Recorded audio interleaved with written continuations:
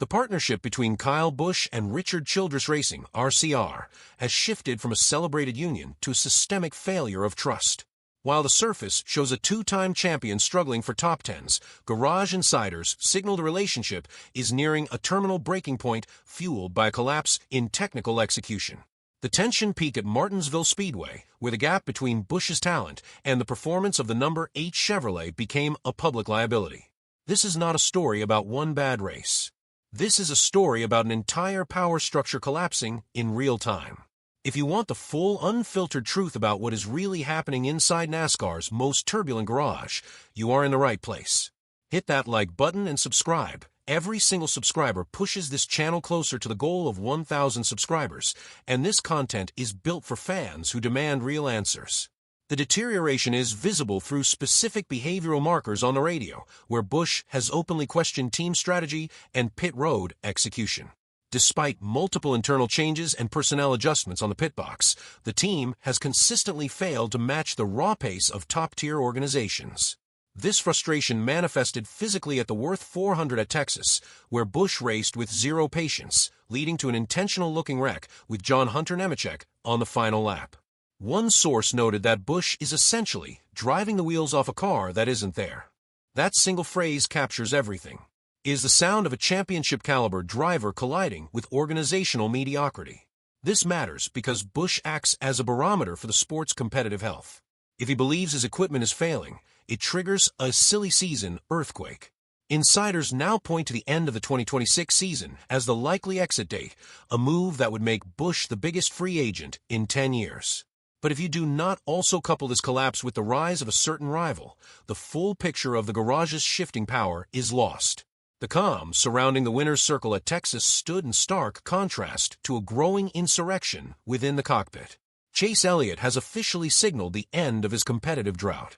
His victory at the 2024 Worth 400 at Texas Motor Speedway was not a product of fuel mileage or late race restarts. It was a clinical display of pure speed that mirrors his 2020 championship form. Elliott led 39 laps and survived multiple overtime restarts, proving his number 900 Motorsports team has finally unlocked the aerodynamic secrets of the next-gen car on 5-mile tracks. The atmosphere at Texas Motor Speedway shifted the moment Chase Elliott took the checkered flag, ending a high-profile 42-race winless streak. This victory was a masterclass in defensive driving and restart management, specifically during the high-pressure overtime cycles that saw 30% of the field involved in incidents. Crew Chief Alan Gustafson opted for a specific aero setup that prioritized long-run stability over short-run qualifying speed.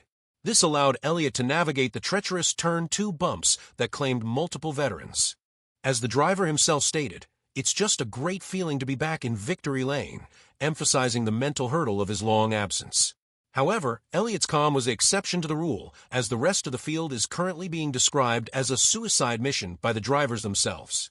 Christopher Bell ignited a firestorm by describing the current superspeedway racing package in exactly those terms, a rare and blunt indictment of the high-stakes drafting style seen at Daytona and Talladega. "It's just a matter of when and not if you're going to get caught up in it," Bell stated, highlighting a rift between the drivers' safety concerns and NASCAR's pursuit of pack racing entertainment. This structural frustration is boiling over into personal vendettas. Ryan Preece took the garage's internal temperature to a breaking point during his no-filter radio rant targeting Ty Gibbs. Following an on-track altercation, Preece was issued a NASCAR penalty for an intentional spin.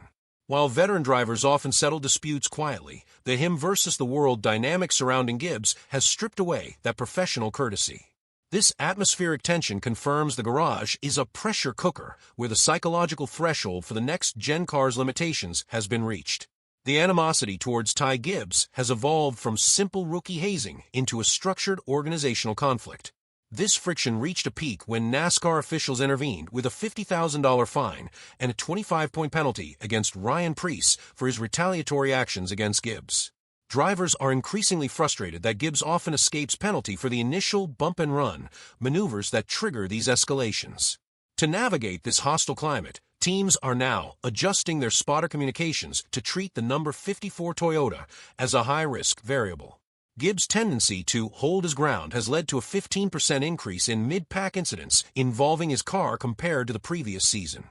The him versus the world narrative is detrimental to JGR's long-term data sharing, as rival manufacturers are less likely to cooperate with Gibbs during late-race drafting cycles. The battle for supremacy has moved from the pit box to the courtroom as Joe Gibbs Racing pursues a high-stakes lawsuit against Spire Motorsports and former engineer Chris Gabehart. The conflict centers on allegations of tortious interference and the misappropriation of proprietary trade secrets.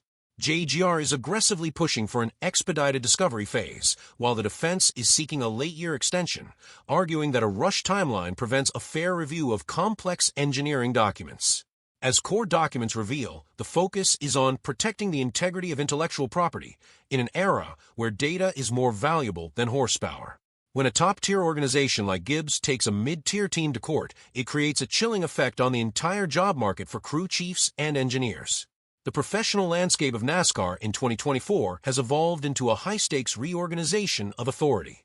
The technical parity of the next-gen car has acted as a catalyst, stripping away the historical resource advantage held by legacy programs. The Toyota camp, spearheaded by Tyler Reddick and Bubba Wallace, has utilized a centralized simulation hub to outpace the field in corner exit speeds. As the garage atmosphere grows increasingly explosive, the standard expectations for a predictable season have been shattered. We are witnessing a fundamental shift in how power is brokered, where on-track aggression is now the primary currency. Whether it is a veteran's frustration or a newcomer's defiance, the sport has entered a territory where every move is personal. The 2024 season proves that when technical gaps close, the human element becomes the ultimate variable. This channel is brand new, and every like and subscription genuinely moves us closer to our goal of 1,000 subscribers. If this content brought you value today, please support the journey. It means more than you know. Now here is the question worth asking. Who do you believe holds the real power in NASCAR's garage right now? The veterans fighting to survive or the newcomers refusing to yield? Drop your thoughts in the comments below.